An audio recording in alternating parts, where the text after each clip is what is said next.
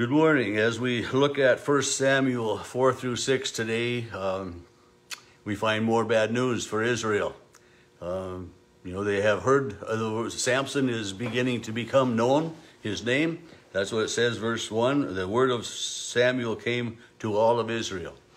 But before that, we have the Philistines coming to battle against Israel. They say that, in all of this conversation that goes on, they don't want to be slaves to the Hebrews. They say we've had them, be slaves. We don't want to be slaves to them. So they come to battle the Israelites. And the first battle, the Israelites go and, they're expecting to win. They don't. The first battle, there are 4,000 of the Israelite soldiers die.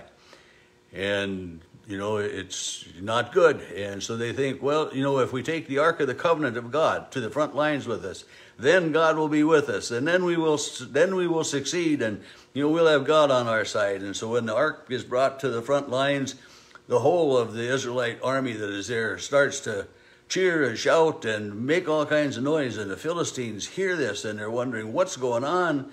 And then they figure out, they determine that they must have brought the Ark. The gods, not God, but the gods will be with them now. And the Philistines were afraid. But yet they had courage. Yet they said, we don't want to be their slaves. We got to man up. We got to be tough. We got to go to this battle, and we need to fight hard. And they did. And in this second battle, it says that 30,000 of the Israelite foot soldiers were killed, including Eli's two sons who were there with the Ark of the Covenant. And the Ark of the Covenant was captured. And, there are people today that wonder, well, where is this Ark of the Covenant? They would just love to have it for the historical context. Well, this isn't the last we see or hear of the Ark, but the Philistines capture it. And one of the Benjaminite tribe comes running back, and he tells the people of the city the horrible news. And Eli, who is 98 years old now, is basically blind, but he's sitting and he hears the uproar. And he says, what's going on? And so then this man, after he's kind of told the town, comes and tells Eli of the terrible rout that his sons have died and that the Ark of the Covenant has been captured. And this is devastating news to Eli. He's shocked. It says he fell over backwards off the wall that he was sitting on, and he broke his neck and he died. It says that he was an elderly man and he was heavy, But so Eli is, basically heartbroken because of his sons, because of the Ark of the Covenant, because he knows that because the people aren't following God, that this has happened. He knows, and he's heartbroken because of that. But, it says when, he was an old man. He had judged Israel for 40 years, but yet he had heard the word of Samuel, that God had spoken to Samuel, and he knew that things weren't as they should be. And then it says that his daughter-in-law, Eli's daughter-in-law, the wife of Phinehas, was pregnant. When she heard the news that the ark was captured, her father-in-law and her husband were dead, she bowed and she gave birth, and she named this son Ichabod because, I think, isn't that right what I say? Ichabod, meaning the glory has departed from Israel. What a thing to be named after. To be named remembering that the glory, the God, has left Israel, that they're on their own. I mean, it's a terrible thing to look at, it's just no hope there. I mean, it's a terrible thing to have no hope. And this is, this is the way she felt. But the Philistines, are rejoicing, and they take the ark and they go back home with it. And things don't go so well for the Philistines. Many of them get sick and they get boils, and many of them die. And they put it in the temple with their God, and they come the next day, and their statue is tumbled over, and they restore that statue to where it was. And the next day again they come, and the statue is not only tumbled down, but is broken. The hands and the head are broken off, and they figure, we got to get rid of this ark. I mean, this is no good. So they, and they're sick. So they take it give it to another community, and the same thing happens there. You know, people get sick because, you know, what the writer says is that, you know, God is displeased with his people because the Ark of the Covenant is not to be with the Philistines or the other people. It is to be with the Israelites. And so the hand, it says, you know, in verse 9 of chapter 5, the hand of the Lord was against the city, causing a great panic, and he struck them, both young and old, with tumors that broke out on them. You know, and just, you know, the joy of having captured this ark, this precious thing of the Israelites, turns into more of a nightmare than the true joy.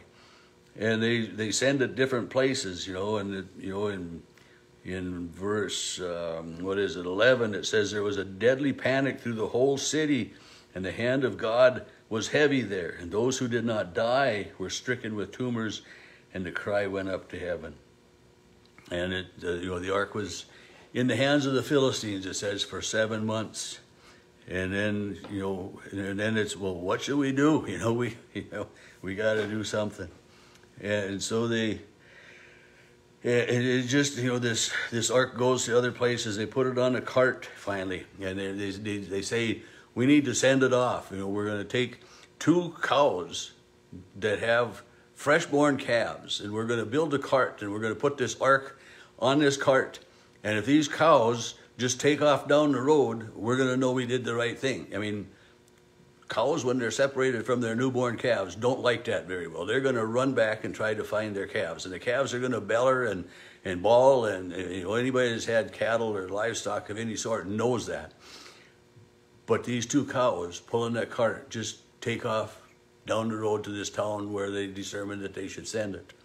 And they don't even look back. So the Philistines realize that, you know, this is God leading this cart away from us, leading the ark away from us, you know, and on the way back to where it should be. And the place that it went to was called Beth Shemesh. And, you know, it says they were reaping their harvest, and they saw the ark, and they went rejoicing to meet it. And, you know, it came to the field of Joshua of Bethsheba and stopped there. And a large stone was there. So as the Philistines had sent the cart off, they sent an offering with it. And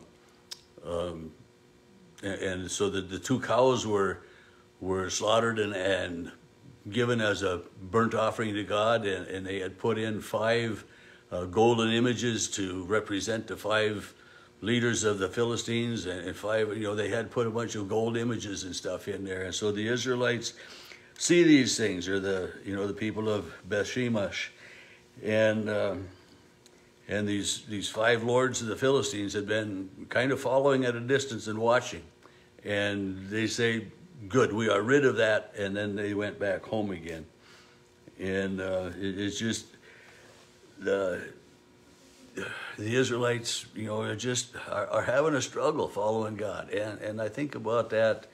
You know, it's not just them.